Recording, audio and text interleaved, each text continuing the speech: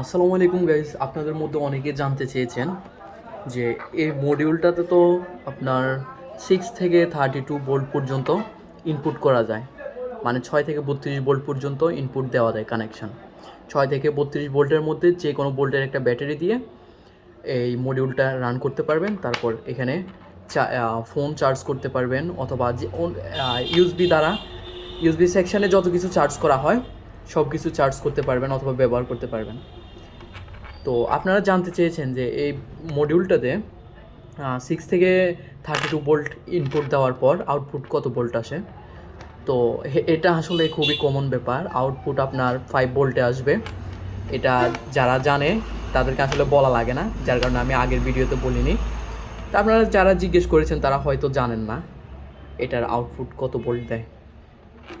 তো এটার আউটপুট পাবেন আপনি 5 ভোল্ট, ইনপুটে 6 থেকে 32 ভোল্ট পর্যন্ত যত ভোল্টে দেন।